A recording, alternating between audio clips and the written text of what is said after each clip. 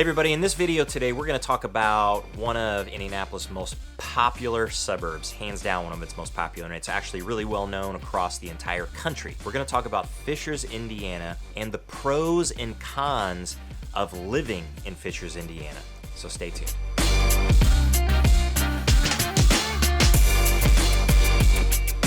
Hey everybody, I'm Jason Compton with the Compton Home Group. Welcome back to the channel. If this is your first time to the channel, then make sure you hit that subscribe button. If you want to know everything there is to know about living in a place like Fishers, Indiana, or any of the other surrounding suburbs, or Indianapolis itself. And also tap that bell so you're notified every time we do a new video each and every week. Now we get reach outs of all kinds, emails, texts, phone calls from people all over the country and all over the Indy Metro with questions about places like Fishers, Indiana. Also questions about other suburbs in Indianapolis itself. So if you have questions at all about any of those, then be sure that you reach out any ways you know how. We'll always have your back with those questions, and we'll always have your back with your move to the Indy Metro or within the Indy Metro. So in this video, we're going to talk about the pros and cons of living in Fishers, Indiana. So Fishers is a super highly rated suburb around Indianapolis, and it's been recognized across the country as being one of the best places to live in the entire country. In fact, in 2017, Money Magazine had it as the #1 place to live in the whole country. So it has a lot going for it, and we're going to get into those pros, and it also has some cons. So, you know, if you were to live in Fishers, you're of course going to experience, I would hope, a lot of the pros of living there, but it may take some time to learn some of the not so good things about living in Fishers. And I'm not going to say that there are completely just absolutely awful things about it, but no place is perfect. That's absolutely true. So there are best fit places for people, but that's the phrase best fit, which does leave a little room for improvement. So Fishers, with everything that it has going for it, it does have some places that aren't exactly so good and need to be worked on just a little bit, we'll say. So some cons.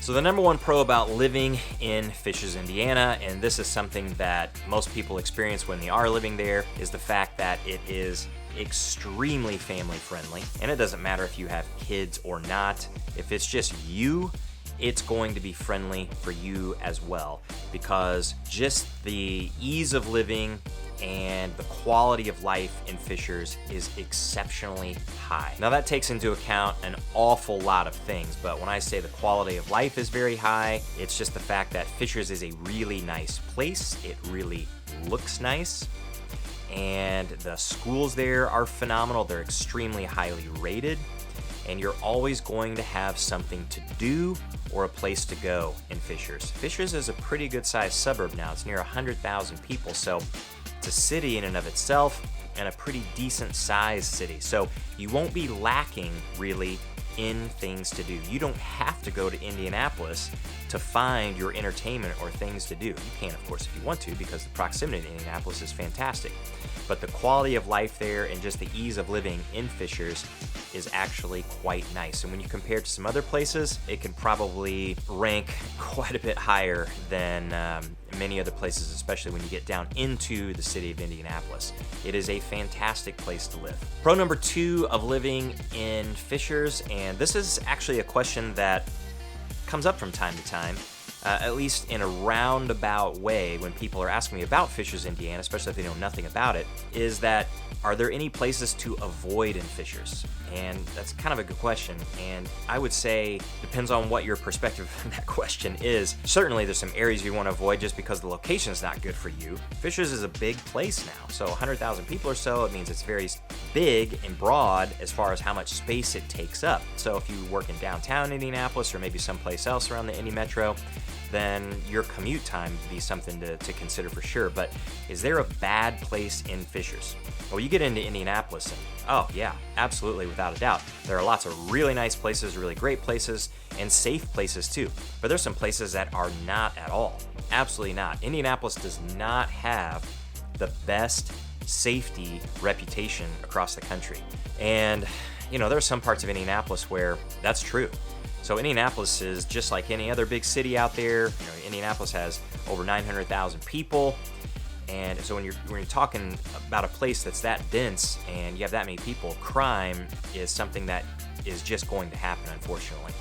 And in Fishers, at 100,000 people, there's some crime in Fishers, but it's exceptionally low. And I would say that all around Fishers, there isn't really a bad place. And that is saying an awful lot for a place that's close to 100,000 people. Now, I would say there are some neighborhoods that you might want to try to avoid, just because I think some neighborhoods are kind of cheaply built. Certainly not every single one, but there's some neighborhoods that were built kind of around the housing bubble where they were just thrown up really quick and not very expensive. They've gotten a lot more expensive now just because they are in Fishers. But if you go into those neighborhoods, you might have some higher rental rates where a good percentage of the neighborhood are actually investment properties. And a lot of times, we're being honest, those aren't the most well cared for properties. So I'm not sure that you want to live in a house with 4 or 5 investment properties right around you. So there are some neighborhoods like that, but there are actually very few of them. I would be comfortable living in any place in Fishers. So from a safety aspect, it's fantastic. It is really, really great. It's just a matter of where you need to be based on your needs and your wants. Pro number 3 for living in Fishers is that it has its eyes on the future. It absolutely is concerned about people's experience in living in Fishers. They're trying to eliminate suburban sprawl in Fishers. So where Fishers just went through this explosive growth back in the early 2000s, and it's still growing very, very rapidly, but it can get to the point where it can get very generic and plain. Everything is just very spread out and far apart, and it loses its identity a little bit. Fishers is moving in the direction of keeping and creating a better identity. So a lot of construction going on in the downtown portion of Fishers, and have brought a lot of businesses into the downtown portion of Fishers. And we're not talking about businesses you never know anything about. They're kind of tucked away in a little corner. Of course, there are a lot of those because those are helpful for driving the economics for Fishers. But what about businesses that are attractions? So places like IKEA. So Indianapolis, it's the only IKEA in the Indianapolis area, and it's right in the heart of Fishers.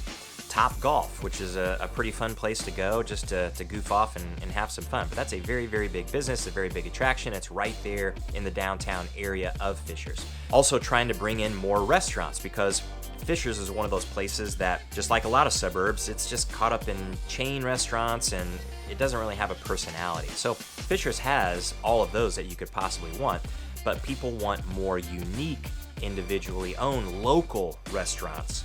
And they've solved that and are still working on that down at the Fishers District, the Yard at Fishers District, which has now at this point a tremendous number of really good restaurants. And it's an extremely fun place to go with a lot to do as far as just hanging out and having a good time. You gotta have a place like that in a city other than everybody just being completely spread out. So the Fishers District, the downtown area of Fishers, they are coming along, no doubt about it, and they're helping to provide that cultural heart. The amphitheater as well. The amphitheater there in the downtown area of Fishers is fantastic. It is the best. It is the premier amphitheater, outdoor amphitheater in the entire Indy Metro, except for a couple. You might have the lawn down at White River State Park in Indianapolis. I mean, that's awesome, but of course that's much bigger. And then you've got up in Noblesville, Deer Creek, which is no longer called Deer Creek. That is a huge, I mean, there's 20 to 30,000 people that can sit there. It's not like that in Fishers, but they still have a premier place to go where you can see free concerts. You can just go there during the week in the summer, and there'll be thousands of people there actually watching those concerts, those shows. So it is a cool place. So it's got its eyes on the future with developing that cultural heart and making you feel like, even though Fishers is very big, 100,000 people or so, you are a member of a smaller community and it's much more tight-knit. So I love that about Fishers and the fact that they are just pushing that particular direction. Okay, so let's get into some of the cons. The first con happens to be about that downtown area. Right now, it is still very much in development. So there's still a lot being put in there.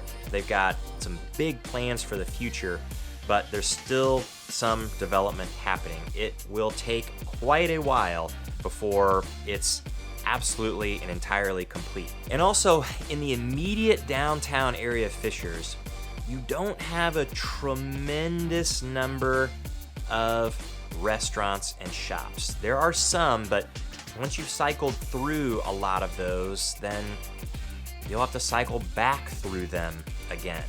Now, like I said back in the pros, Fishers District, the yard at Fishers District has helped to take care of that some, for sure. Now, there's a lot more restaurants over there, but you're gonna have to drive over there if you're parked over in the downtown portion of Fishers, because right smack in the middle between those two areas, you've got 116th Street, which would go east to west to get back and forth between them, but you've got I-69.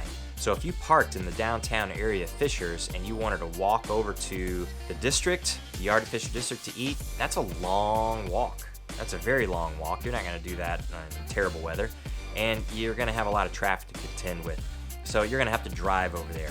So the walkability in the downtown area is great, but it's separated quite a bit from that district area where most of the restaurants are located. So that's a little bit of a con. So if you're looking for more walkability, a place like the Arts and Design District in Carmel is gonna have it. Definitely, it's much bigger, and when you park in one spot, you can pretty much walk to everything that it has to offer. And in Fishers, it's a little bit more separated, and it's not quite there. So while it's a great place and getting better and better, that's a little bit of a con for it. The second con, I would say, for Fishers is the fact that some parts of Fishers, given that it's very big and it's growing, especially the parts in the east, the far east section, where they're really, really out there. And if you work in downtown Indianapolis or anywhere in Indianapolis, or let's say you work over in Carmel or any of the other suburbs, if you live really far east in Fishers, it feels like you're out there. That's where most of the development is actually happening in Fishers, so it's still growing, expanding, but that's the only place it can really go. To the west, it has Carmel, to the north, it has Noblesville, and to the south, it has Indianapolis. It's landlocked as far as that's concerned with its expansion, so it all has to go out to the east. So the development of Fishers out in the east is helping to spur along the development of a couple other towns like McCordsville and Fortville. Those are becoming really cool places, especially Fortville and the downtown area of Fortville. That's really starting to come alive, and it's neat to see. But Fishers and the population of Fishers going out that way is helping to drive that. But you're still gonna feel like you're out there, and you really are mileage-wise, and then getting access to get back into Indianapolis, it can be a little bit more difficult. You've got I-69, you can always hit that up in the northern and northeastern parts of Fishers, but sometimes it's a little bit of a drive to get to it. And sometimes, honestly, you want to avoid 69 at certain parts of the day because the traffic can get kind of heavy. It's got a reputation, that whole corridor, as being a highly trafficked area in the morning and the evening, and the traffic is absolutely heavy. Now, there will be more improvements along that highway and along some of the adjacent roads, and especially like US 37 going up through Fishers. That is being improved dramatically, and it's going to be fantastic in a few years, where it's taking out all the stoplights, putting in more roundabouts, putting in overpasses so you don't even have roundabouts or stoplights, so nobody has to stop at all. It's getting better, but it's going to take some time, and of course going through a lot of that construction is a little bit painful. So if you live far east in Fishers, you might experience a little bit of that. But then again, it may not be that big a deal for you if crossing back all the way through Fishers or getting into Indianapolis isn't really a daily concern for you.